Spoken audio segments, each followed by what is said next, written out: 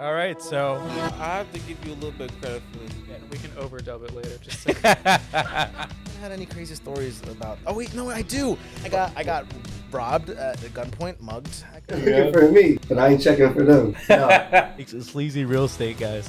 News But you.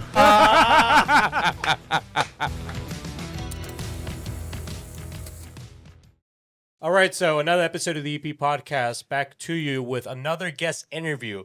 It's not his first time, it's not his second time, and it's actually going to be his third time here in the EP podcast. He's a good friend of ours, the one and only Brian Mises, this time accompanied by Q. How are you guys? Oh, Good? phenomenal. Thank you for asking. How about yourself? I'm great. Last time we were on the podcast, we looked a little different. For sure. Right? A little bit of a little switch up with the setup and everything. What are your thoughts? Because we've recorded together now probably since 2023. Because I think that's the first time I sat down with you. I think you recorded in my gym for the first time in 2023, and then with me in 2024. I actually posted that today. Yeah. And then now we're in 2025 again. I mean, that could have been the tail end of 2023. Yeah, when that got uploaded, it was September 2024, and I think we recorded either. Yeah, that makes more sense now. Yeah. I think that's what it was. So you've seen the progression happen a little bit, but you see what goes on. We want to know what's going on with you these days. I know you have a lot going on. I really wanted to dive into where you're at with everything today. I know you have a lot of exciting new projects coming. I want to hear about all of it. Does that sound good? Yes, we can do that. All right, let's do that. But before we do that, if you haven't already, please like, comment, subscribe, share, turn on that notification bells for many more episodes to come. Please, I do. Yeah, there you go. And if you'd like to support us in any way other than liking and subscribing, if you'd like, you don't have to. Please visit eppodcast.us and you can pick up some of our merch, including this hat right here. So, Brima, tell me, man, it's been a while. I haven't seen you in maybe almost 10 months. I think it's exactly what it is. 10 months. I know last time I saw you, you were prepping for a fight. The fight took place. It didn't go the way we would have liked, but here we are now, 10 months later. You have a whole lot different going on. Let's catch up a little bit. Let's catch up. What's new very difficult to do because you miss like a week of my life. You miss a lot. So let's do what we can to get under 1 hour. I'm like, Yeah, it's like, do you want to catch up the last 10 months? We're gonna need a couple podcasts for At that. this point, you're a regular guest, so I'm sure we'll always have more to catch up on. So what's going on with you, man? Let's take it from the tippy top. Let's literally take it from the tippy top. The fight. What happened? Okay, let's from the fight. That was September 28th. Again, main event, Freedom Fighters Promotions. I fought some guy from Kazakhstan, and the fight, it was what it was. We had different viewpoints on the rule system, as far as like where you can strike. I was complaining about, and because in most sanctioned bodies, you can't throw strikes to the knees and at the knee joints. And I thought that I was kind of in control of that fight for the most part. I didn't get hit outside of getting hit in the knee joint and then getting my ankle broken. And all praise be to the Most High, it has healed. Good. But I like to fight again because I need to fight. Fighting is what defined me, gave me an identity. Losing my gym and not fighting, trying to be reassimilated into the real world has been like the toughest, most excruciating thing that ever happened to me in my life. Yeah, so when I last saw you, you were prepping for that fight. The fight took place, but you also had a lot of other things going on at the same time. When I last saw you, you were at Knockout Boxing Gym in Kirkwood Highway, right? Yes. It's in Kirkwood Highway, and then before that, you were at Jack's Gym. So tell me a little bit, because they don't really when I last saw you, you were in the middle of that Jack's Gym situation. Yes. Is there anything in particular that you don't want to dive into that? Is it okay? I'm okay. I mean, I believe that at least the truth is on my side overall. And tact at minimum. I'm not embarrassed to talk about something that happened. I'm personally gonna make a documentary about it that I'm working on and gonna release. So I'm glad this can help bring light to that. Yeah. And I didn't come here for the sole purpose of throwing shade on anybody on top of that either. So again, I lost the gym last year. My ex-employee, ex-coach, and his arch nemesis teamed up to usurp the gym for me. That's the short of it. And through that, I've been basically just trying to get back on my feet and opening up a new gym. Yeah.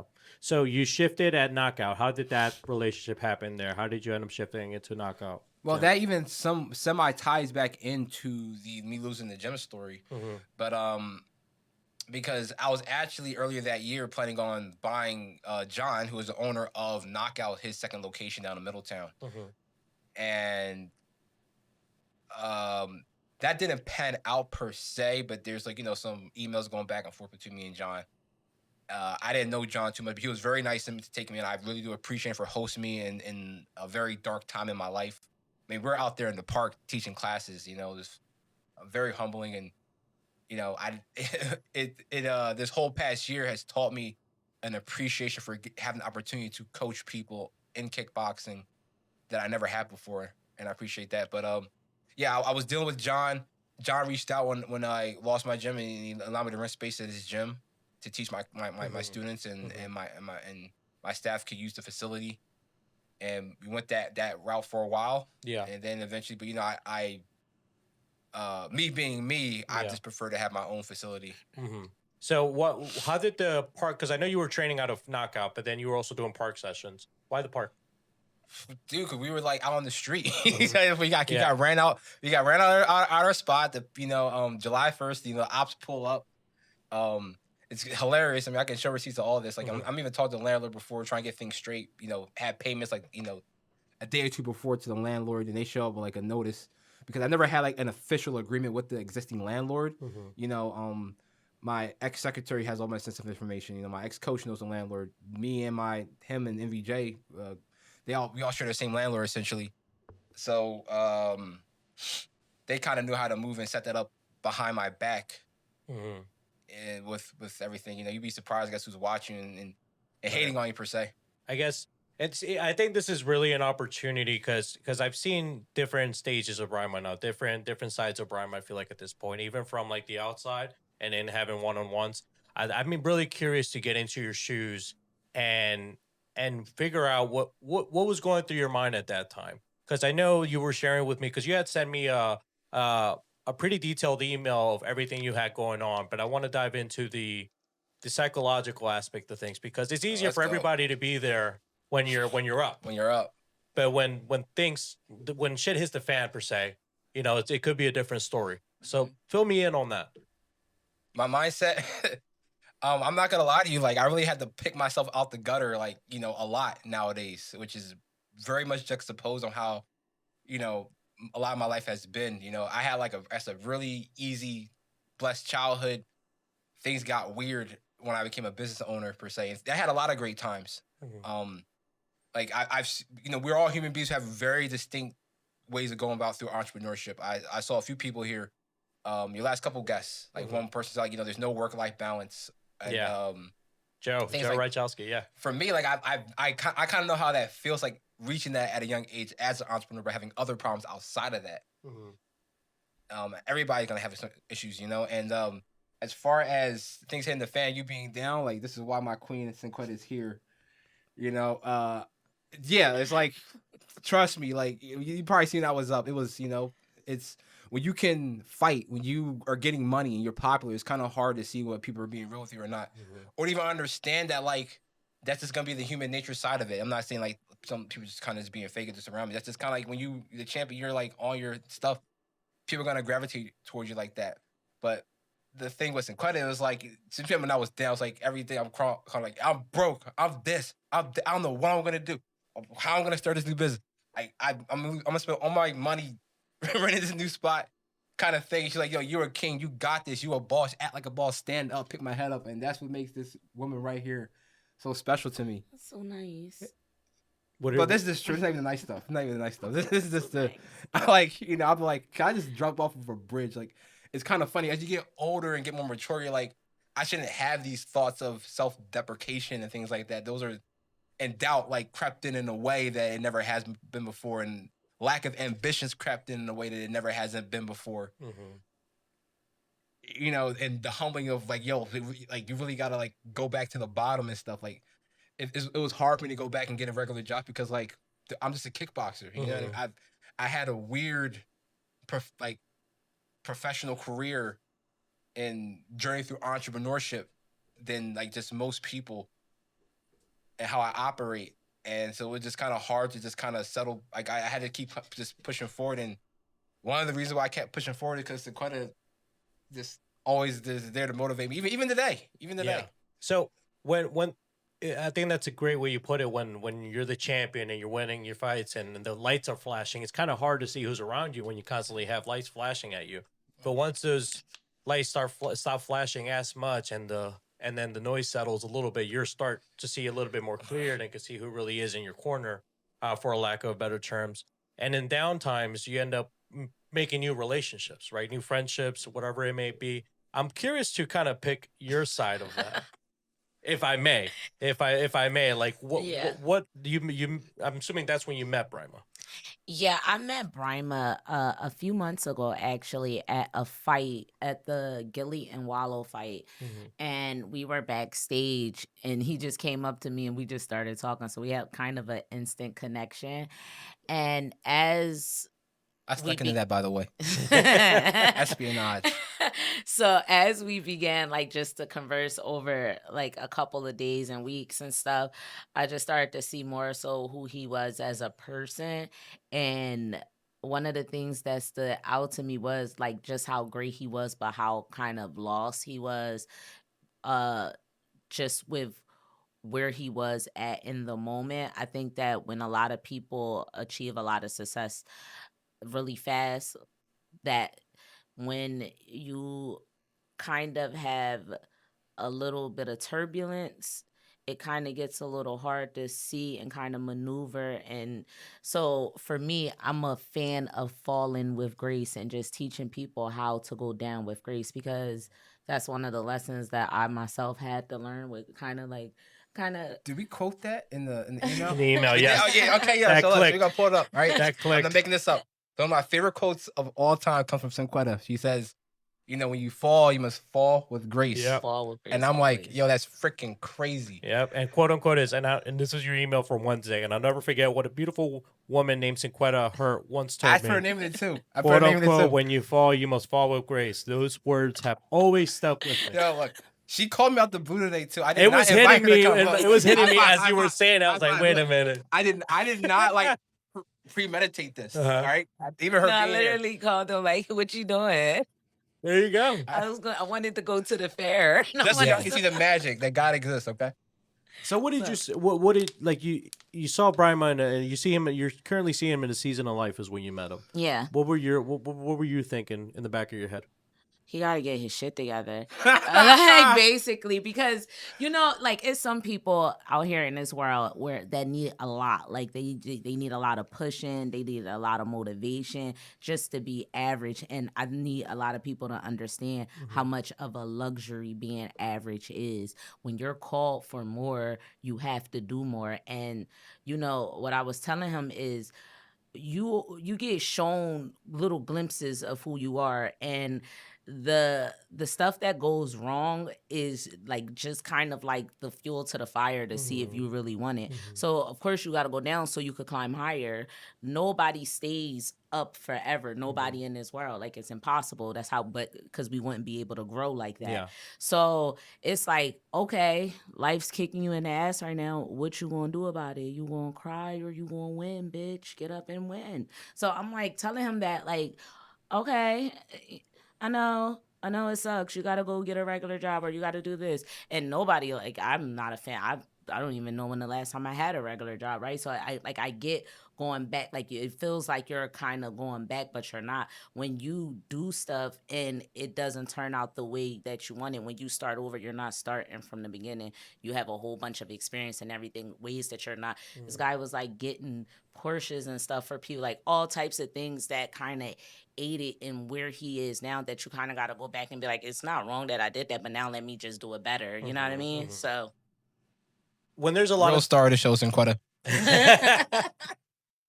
so when there's a lot of turbulence going on in life and there's a lot of noise and things can be a little foggy, I imagine it's probably hard to bring new people into your life. What was going on when you met Cinquetta? Like, where you were like, oh man, I don't know, what shouldn't share? Like, Well, what the was going thing through your is, head? like, I was, even in the last 10 months, I had like moments where I was like briefly up. But I had like a brief bag and like a really good opportunity to like pan out. Like, so even though I just leased a new facility, this is not the first. Like, I came close several times actually, and like investors maybe pulled out last minute. God knows best kind of thing. Yeah. Like, there's a lot of things that people like didn't get to see, like behind closed doors, where I was like, I thought it was up.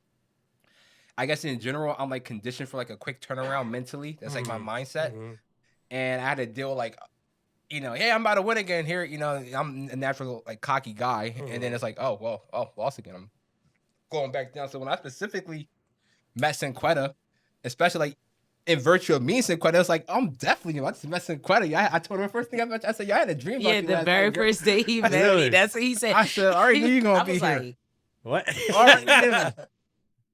I said I was already. I said right on time.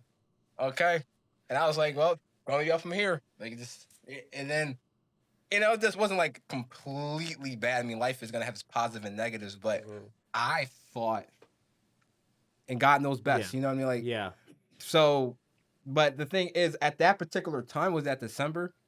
I thought I was gonna be moving into a facility like in January. That didn't happen specifically. Other expenses like started to happen. I mean, it was just a winter, you know what I mean? A genuine winter that I had to go through and figure things out. But one of the best things of that season was getting to know Cinquetta in general. Yeah. Like, you know, Cinquetta, you know, brilliant woman, like, again, talk some life into me. Yeah. Like they say, there's beauty in the struggle, right? Yeah, talk some life to me. Help me with my taxes, get me back on track with a lot of things, like including like things that were holding me back, like from leasing new properties and things like you know. It was able to go through like the trenches with me in a certain way, and we kind of were able to do that in a positive way for each other. And I think that a lot of people, what a lot of people get wrong in just building relationships, like man-woman relationships, they think that everything has to be sexual, and you ruin a lot of... I'm definitely one of those people. Yeah, so I had to be like, I'll call you my husband, but you're my friend, right? So, but with that being said, it's like when you're able to kind of like step outside of that realm, you get to see the actual person. And I think that that's what's more, like the most important thing is when you can actually see a person for who they are, not what they have, not what they could bring, like just who they are. Because, you know, everything that he's been through, he still shows up as a phenomenal man, you know? So for me, just kindness, it doesn't matter if you flirt. Like, it doesn't matter. Like, he's such a chivalrous guy. Like, he's such a gentleman. He's kind to everybody that I've ever seen him around. Everywhere we go, people know him. Like, so it's just to be a friend. I think that a lot of people take that out of it, like genuinely like being a person's friend, no matter what stage that they're in. Well, you know, I met Brima through a buddy I went to high school with, DJ. And I interviewed DJ at Jack's kickboxing gym like 3 years ago. And we did the interview on the ring, which was a really cool experience for me because I'd never thought I'd be doing that. And that's how I met Brima. He immediately came up to me, shook hands, introduced himself. And then, you know, we spoke. And then the next time I saw him after that was for him to be on the podcast. So, I mean, Brima has always been like a very generous person to me. He's always been like, he's always placed really nice compliments. And you're like, holy crap, you know. It's like, you know, it's really cool hearing this from Brima's and stuff like that. So, I mean, no, I can agree with you like that. I'm curious to know, though, was there some relationships that kind of, we're hearing the good relationships that are coming out of this. Were there some relationships that kind of caught you off guard, apart from like the gym situation? Like outside of that? I mean, of course, lots of situations happen. You know, I don't want to go too much into it. Like, for example, like DJ, I love him. That's my bro. We had some static over, you know, the series. I'm like, I mean, that's in the past, you know what I mean? Like, I'm sure he's like over it too. And I'm always gonna root for a brother, especially when that came up with me or under me to win. So like, but you do like eventually get into this book, but also like part of the reason I'm writing this book is because it's like you can like have success in your life, success even at yourself, like you understand, and then you lose that, and then like, when you lose that kind of like in your life, leverage, position, status. People can definitely pull your card a lot easier. People will definitely treat you a certain way. I always complain to Cinquetta. about my mom in a good way. You know, and it was like, you know, because it's like here comes the criticisms are coming heavy. Now, what I want to know is, I'm curious to ask. You just made me think of this. Is you had an early career with like fighting, and you went up, like up, and so I imagine that made a lot of new relationships and brought a lot of attention to you. Now, where you are now, do you ever think about how much of it was genuine? It didn't kind of matter. That's why I kind of picked fighting. Hmm.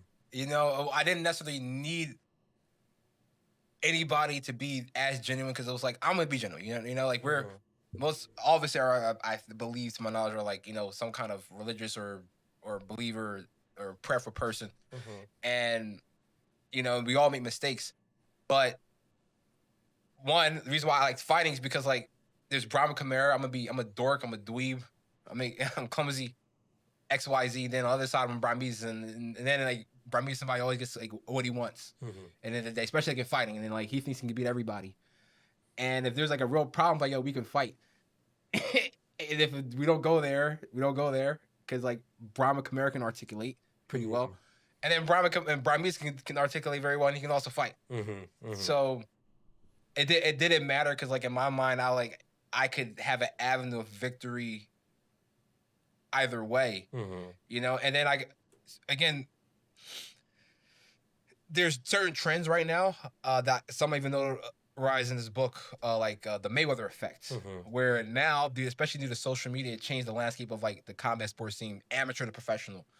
A lot of people are very romantic of the idea of being undefeated in a way that it never has been before. Yeah. Like I'm talking about, look, 2015 was not that long ago. It was 10 years ago, right? Mayweather officially retired in 2015, and he fought McGregor in 2017. You know, and God, it feels like yesterday. yeah, Yeah. But before that, there was no undefeated fighter, and then after that, it's like everybody's trying to be undefeated, kind of thing. Me, I have a negative record as a professional, so I'm like approaching the game from the opposite of Mayweather because even though I have a negative record, I'm still only a few world championships away from becoming like considered maybe the greatest kickboxer of all time. Yeah. You know? I know where you're going. You're getting to the whole topic of you don't need to be the best fighter to be the best paid fighter. Yeah, you don't need to be the best fighter, even considered the best skilled in some way. And I do want to dive into that a little bit more. But tell me, now that you've gone through all of that stuff, where are you now? What's going on today with you? A lot of things are going on with me today. Yeah. Most importantly, with quotation marks, is the launch of my new gym, First State Kickboxing. I have to update the GoFundMe link.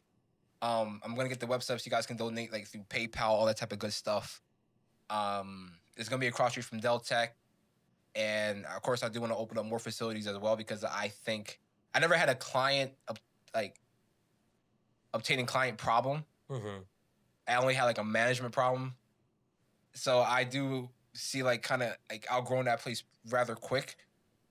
And but we still gotta get it constructed. It's an empty box, so I'm like literally building this thing from scratch. Yeah. So it's quite interesting. Like I've managed and leased several commercial properties before for business. I'm like yoga studios, gyms, whatever the case may be.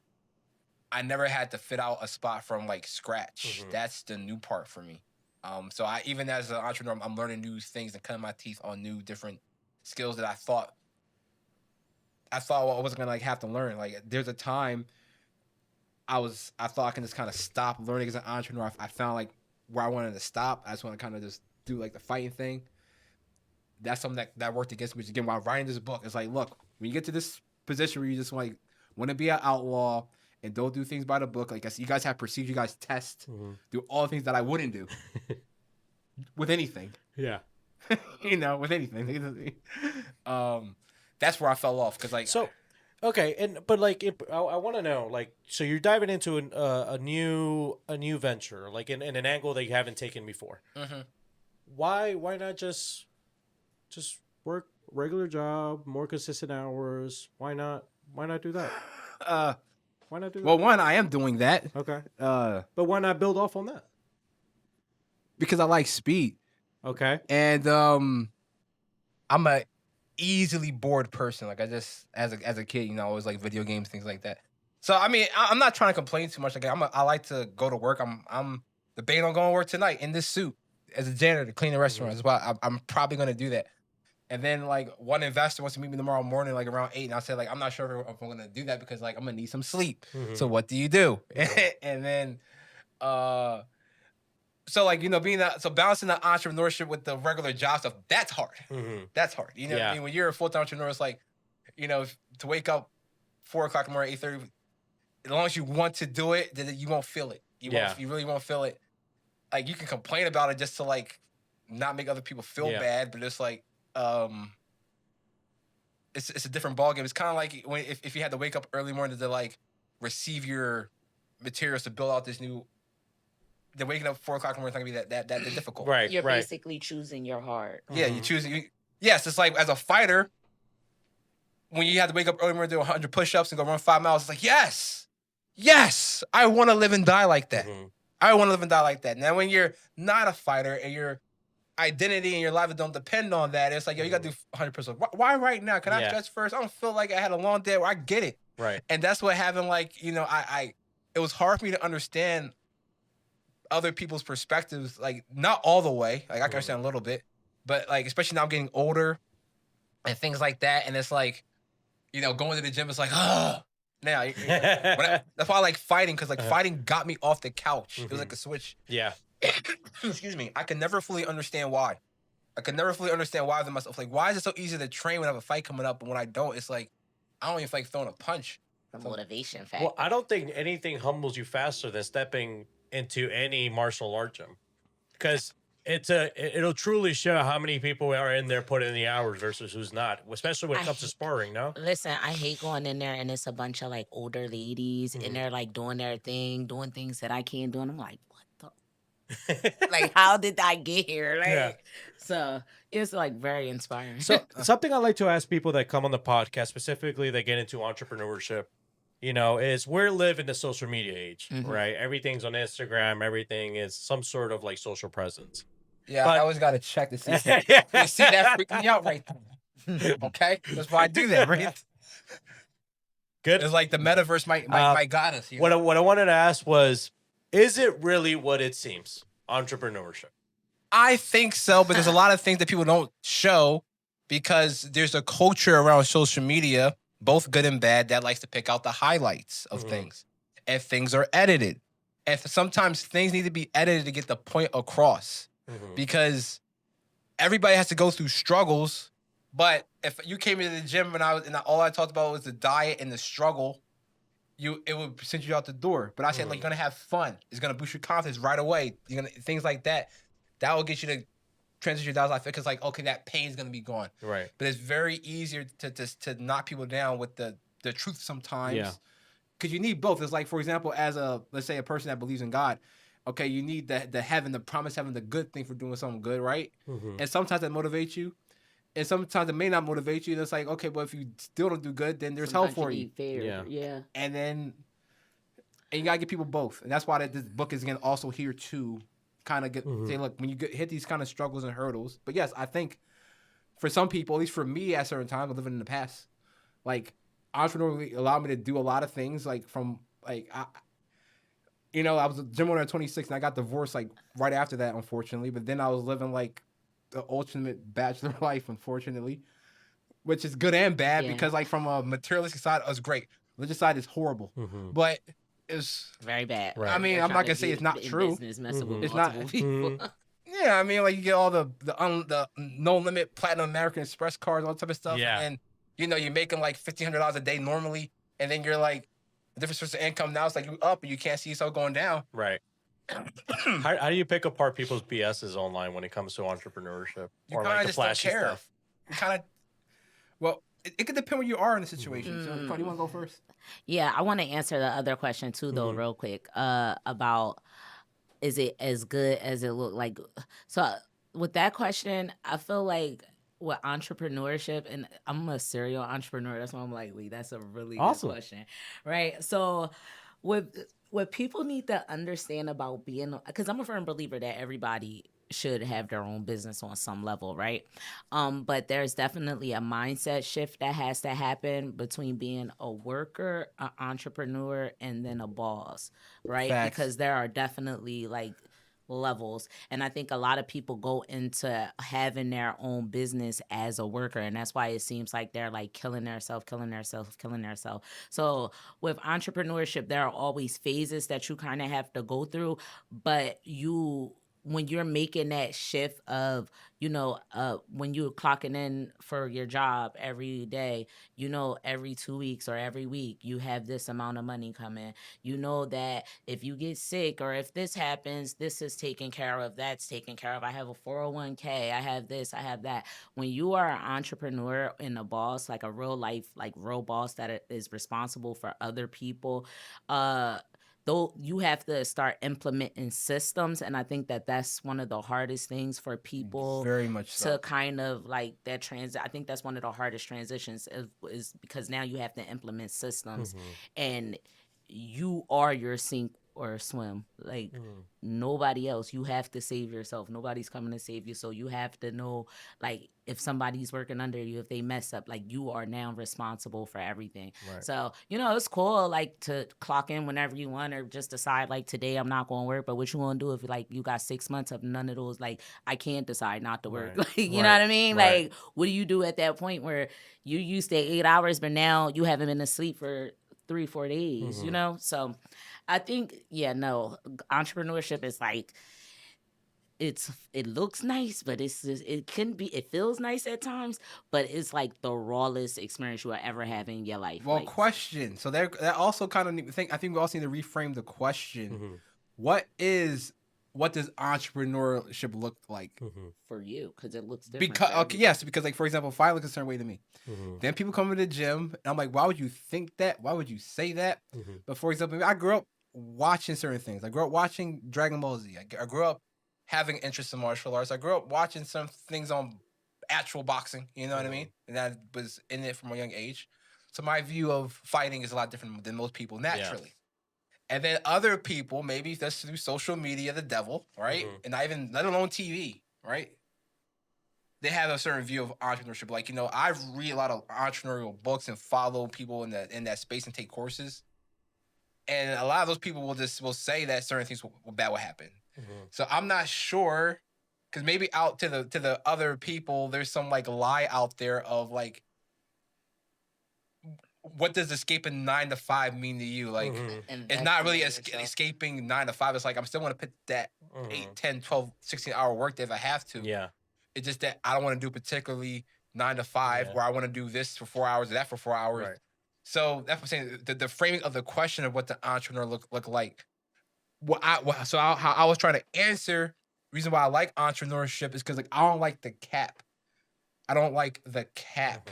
Like, I like being able to do, like, sales is very the epitome of entrepreneurship, where there is no sales gap. Is the epitome of life. Everybody is constantly selling. Yes, like, okay, like, so I'm gonna go to work for $90 for a few hours, right? And then, but earlier today, somebody called me and I charged their Amex $400. Difference, you know what I mean? And there's that kind of balance, and like, I would like to just be able to just put myself in a position by opening. I can make those things a couple of times a day. 400, 400 right. every single day, and that compounds, right? So it's the idea of leaving 9 to 5 sounds great. Thank you, sir. But what they don't see sometimes is that it does turn into those 14, 16-hour days. And you have to invest. Right, right. People don't understand that either. You have to spend your own money. You have to spend your time. You have to, like, actually care about whatever you create. And it'll show you a lot about yourself too, right? Right? Because if you don't see yourself, your people will, and they'll let you know. Either by leaving you or by telling you straight to your face, right? So, I mean, that's as raw as it gets, as you guys say. Okay, so you're in the middle of opening a new gym, which is going to be by Del Tech. Is it Christiana area? Yes. Okay, cool. That's like 15 minutes from me, so that's awesome for me. Yes. So, okay, and then you also have a book going on. Yes. Tommy, what is this book? The book covers a lot of what we're talking about, called the Monetized Fighter. Going to be available on Amazon. Want to also, maybe I could even do the recording. Alexis, do me a favor. Pull up on his folder. Pull up the email and then click on the what's it called image so it could be up here. Now, please go ahead. Yes, but maybe I can even record it in your studio, the audio version. Mm-hmm. Okay. Or maybe I can even get Interesting. the great EMILIO himself to do the. Oh, read it. please. Yeah, you know. You see I'm what- ESL, man. I don't know if you want me doing it. Tell them contracts. Just refrain from using too much kitchen in there because I end up mixing kitchen and chicken all the time. So just go to the nope, get out of there. Go to the 7:15:25. Scroll all the way down, and then click on the image right there. Click on that image. There you go. Let's see if it opens it up. Boom, there it is. All right, the monetized fighter. What is the monetized fighter? The monetized fighter is the person that doesn't quit his hobby or passion of fighting because he found a way to fund it through the combat sports scene in of itself, whether it's the broader internet scope, that wide, selling courses, selling products, selling t-shirts, selling merchandise, instructional, any of that kind of stuff, sponsorships, to actually competing in the ring, to selling tickets, because at the end of the day, it's about selling. Like you said, selling is the epitome of life. Jake Paul is not the best fighter; doesn't have to be best selling fighter. Different story. You know what I mean? It also shows.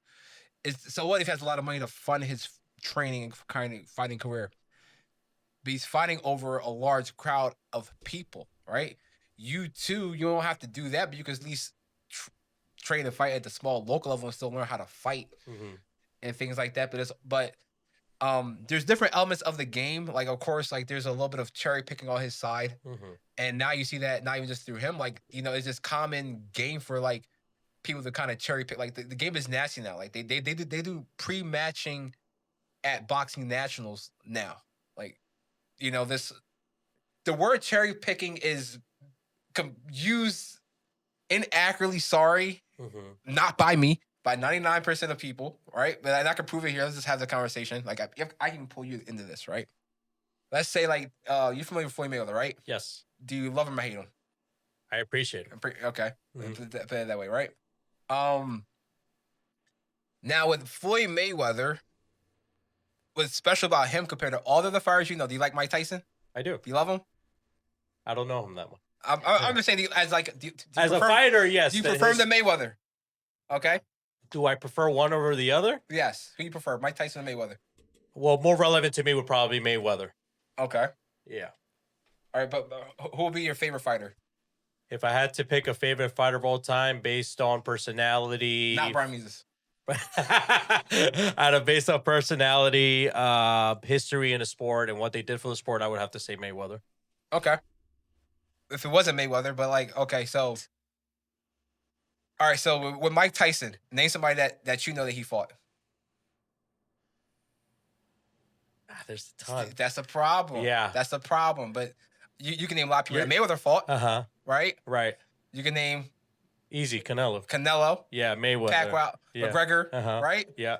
If you're fighting world champs and famous people, how are you cherry picking? It's a little impossible at that point. Like, is Mayweather fighting people that you don't know, which he has not, because he fought the most champions and beaten the most champions in the best record time.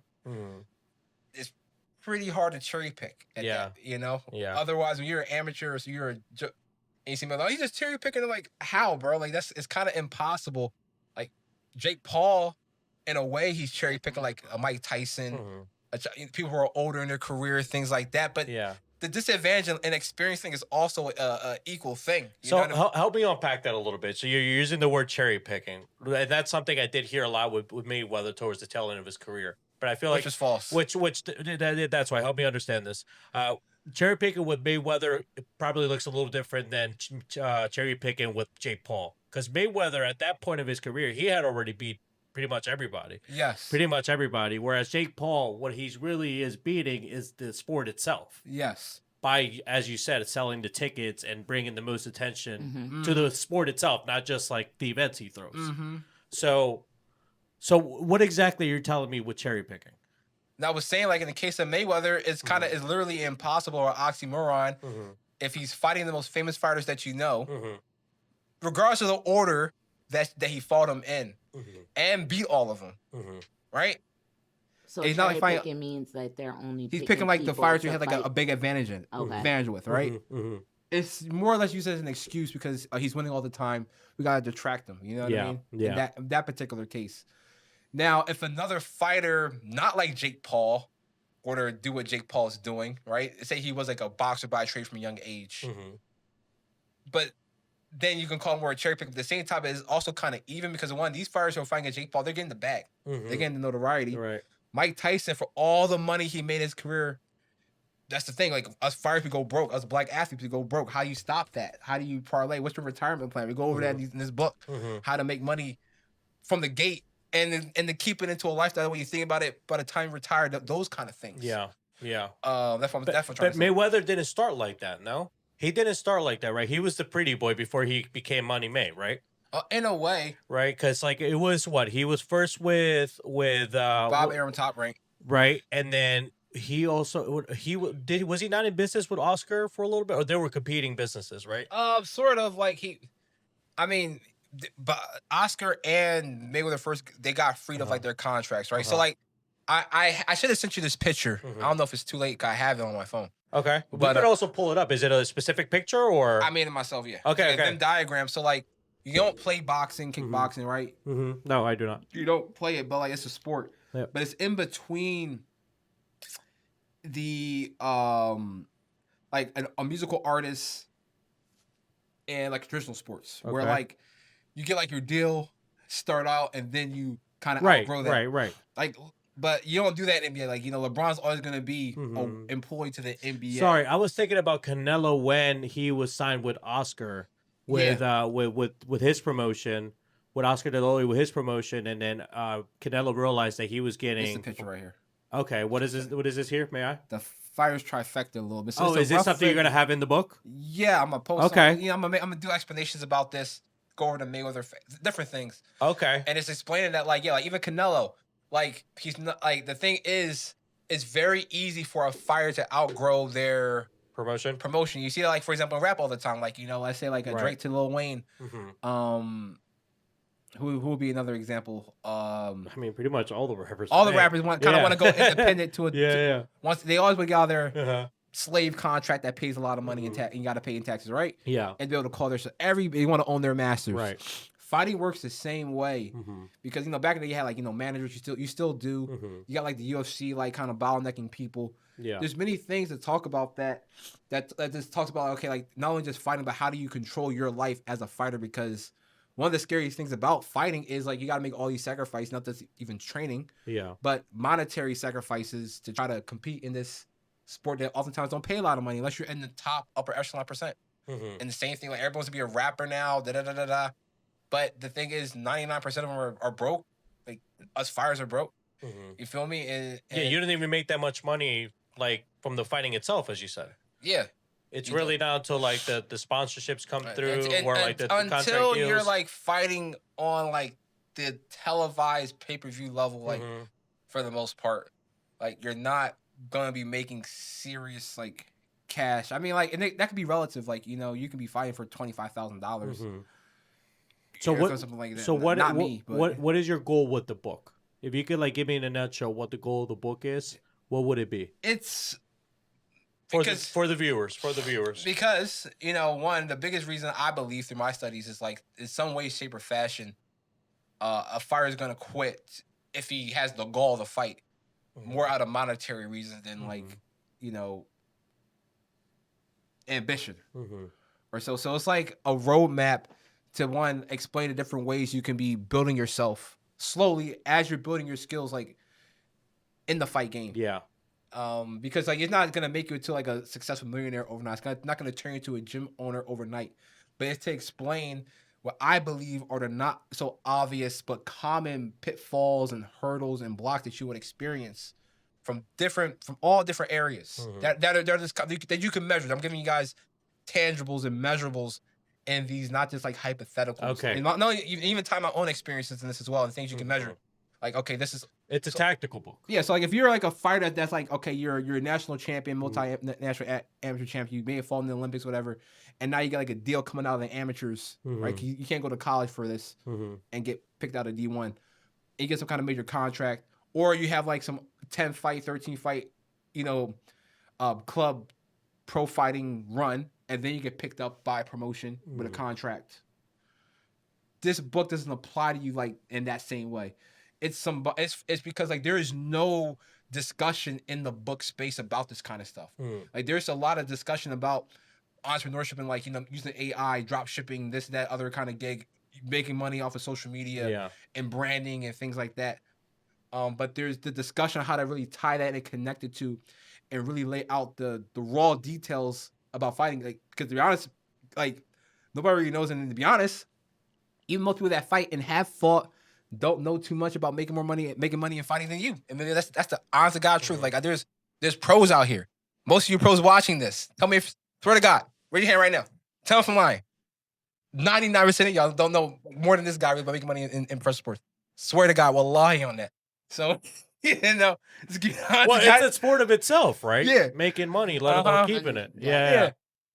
So, you know, that's interesting though, because it almost sounds like you're not. This is not a how to be the best boxer, like or best fighter in the sport. This is a how to be a professional, and it's like an all around professional. Yeah, like it gives you like the long-term thinking plan of this. Is like because you might get really. I've seen a lot of people that get good and had to stop. Mm. They had the potential, but now they have real life problems that cost like that, real life bills or things like that. They don't understand the back end of what fighting is. Mhm. There's always a back end. There's always a business to everything that you do. There is a business side of it. So this book should help explain that. And when are you setting to launch the book? Say it one more time. When are you setting to launch the book? My birthday, August 18th. August 18th. Cinquetta challenged me to write a book. Yeah. Several books actually, and so this is gonna be an honor for her again.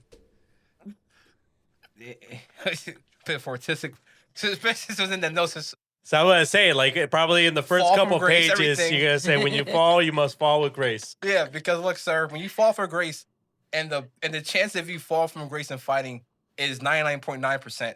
Like Mayweather being undefeated is actual, a literal, mathematical anomaly.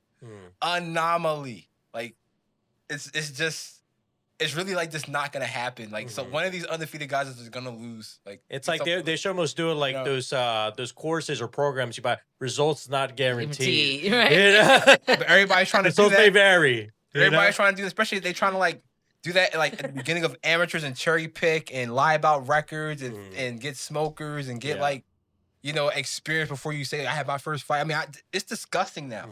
It's very disgusting now. And it's like, guys, like none of you guys are gonna, I don't care who you are. Like, unless you're Jake Paul with Jake Paul money, none of you guys, I don't care how popular Instagram is, none of you guys are gonna get rich in 10 fights. It's just not, get it out your mind, okay?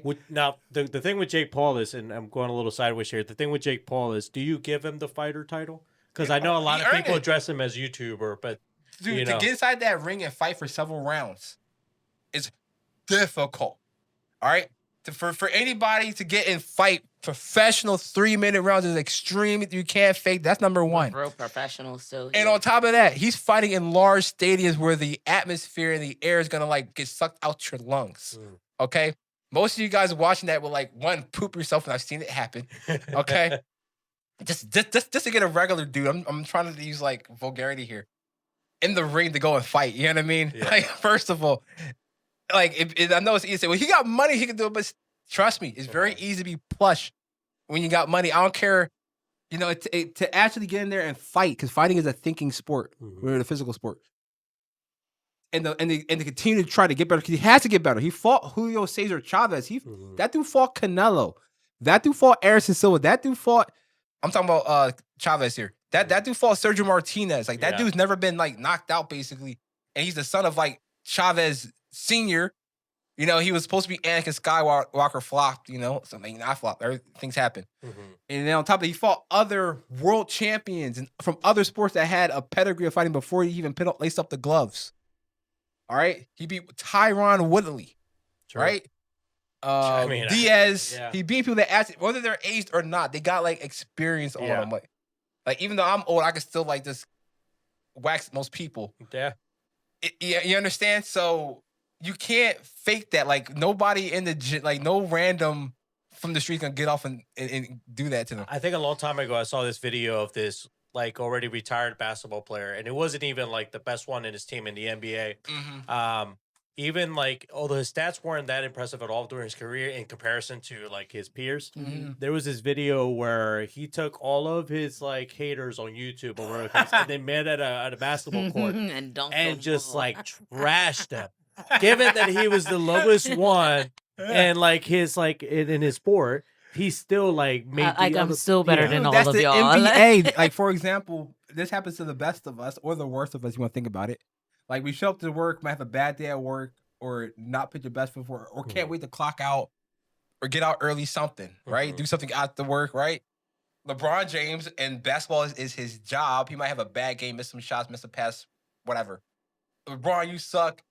This person playing, he just riding the bench. He got a contract, his back hurt. To make it to the NBA, you got to play the NBA level. That's the thing. And nobody really want to talk about that. True. We just like to judge. Like, we're all experts. Oh yeah, It's everybody's a very easy. warrior behind the Everybody's- keyboard. Everybody. Yeah. So, Brian, I want to bring it all together here. You have August 18th, right? August 18th, the Monetized Fighter, Yes. the gym. When are you setting to Those are the open two that up? things we covered today. That's why I try to keep it in those two things. There's a lot more going on. So you have the gym opening. yeah. What are you setting for? Supposedly latest by November 1st. Okay, November's 1st. I would like to get it open earlier than that. In order to get it open earlier than that, again, we get some investors. We're gonna need some funding, whatever, to just kind of speed up the process, hypothetically. And I'm also saying hypothetically because, like, I haven't done contracting work. I went to school for civil engineering. I can understand the architectural engineering drawings that I'm getting and all that type of stuff. But, like, I can't even speed up. I even asked to work as an intern at the architectural company to try to speed up the process. Yeah. There's, I'm not an electrician. I haven't done plumbing. Those are certain things. We're trying to make this place also state of the art and a little timeless. So November 1st is what we're setting for, but TBD. for me, I can't wait. Like, I'm impatient with everything. No, for sure. But I mean, for other people, it's like, okay, whatever. You know what I mean? Like, it's November. But for me, it's my life. I want it now. We all want it now, right? What else do you have going on in your mind, Brian? I know you've gone through a lot since I last saw you. What's a lingering thought that you've been having as you've been going through everything you've been going through that you want people to know? I have too many of them, but bottom line is, I think a law that I'm here to still get to strive for something. People support me. I have opportunities. I got projects to work for. I'm opening a new gym. Yes, it's gonna be difficult. It's a little scary. Yes, because the guy Alex and Rosie says, work begins when the excitement stops. Which is very true. Like, the job that you want to get and love, the job being paid, the spouse you get is the one you're gonna eventually fight with. Sometimes it happens, but I still want to still fight, and because I believe I still have a lot to give to like people. If I can end on something, really, like, people don't understand how special Delaware is to the fight team community. Like, they haven't seen it how I seen it, but it's becoming the mecca, and it could come like the ultimate mecca, like even more so than Las Vegas, because there's a lot of like great history here in Delaware, even recently. And I'm not trying to sound pompous and solipsistic, even by me, right? So, 2016, I'm the most dominant amateur kickboxer in the country, in the world, basically, right? Have national tournaments all across the U.S., right? Like, usually in New York, Virginia, Florida. And then the year I turned professional, right? Guess where they host nationals?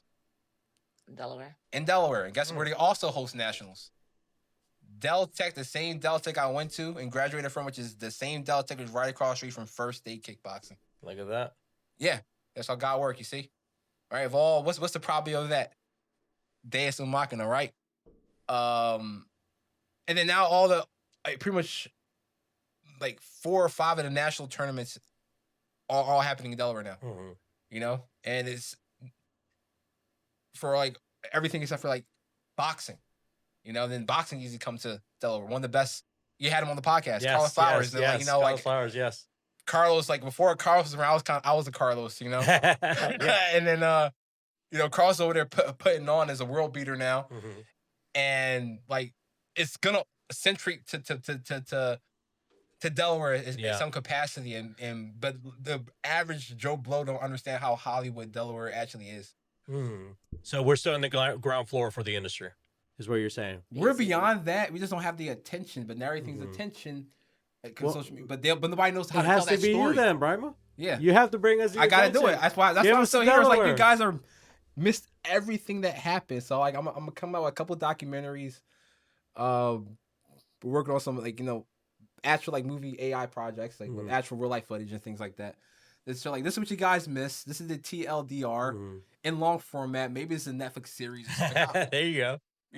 Seriously, it's a lot. But it's like you guys need to know this. Like you're like imagine like living in Hollywood and not knowing it's Hollywood. That's what I kind of like think of Delaware. It's like but if you don't see and understand everywhere else, then you wouldn't know. Right. But it's gonna haunt you unless you really bring it out. Yeah, like I know and I see it. But... So, Brima, where can people keep up with you and stay in touch with everything you have going on? Well, you can follow me pretty much Brian Mises everywhere, right? I do have a YouTube channel, which I am in the process of growing. That's another thing. I got monetized on YouTube like years ago, so I tried doing YouTube several times. It's hard. It's not even that was hard. Something always happened in the gym. I became the gym owner, things like that. You know what I mean? And it's like I keep falling off every time I get some like major traction. It's crazy, but it's like I gotta do it. So that YouTube is one. Instagram, of course, Brian Mises. And I want to go into like other side tangents because we already probably took way too much time. No, you're good. No, you're good. All right, so we're expecting the gym out of you, latest by November. Latest by November. August 18th, the Monetized Fighter. You have a lot more projects going on. You're launching up to YouTube. We're keeping in touch with you at Brian Mises on all platforms. Thank you for coming on. Thank you for having me. Q, any last thoughts? Remember, you guys, that we are always on the mountain. So just take life every day, one step at a time. Try to reach out to others for things that you don't understand, things that you don't know. And trust me, help is going to come from places that you can't even like fathom. So just keep being great. If y'all want to follow me at Queen Quet on Instagram, QueenQuet_1. I think, We'll pop it up. Thank you so Thank much. you. Thank you. I can't wait to see her clips for real. Like, I'm more excited to see her clips out of this than my clips. They're going to be great. They're going to be great. Thank you so much for having me, you guys. Well, if you haven't already, please like, comment, share, subscribe, and turn on the notification bells for many, many more episodes to come. Let me know if there was something specific about what they both said that stuck out with you below in the comments. I read all of them, so I'm always looking forward to reading them. But until next time, bye-bye.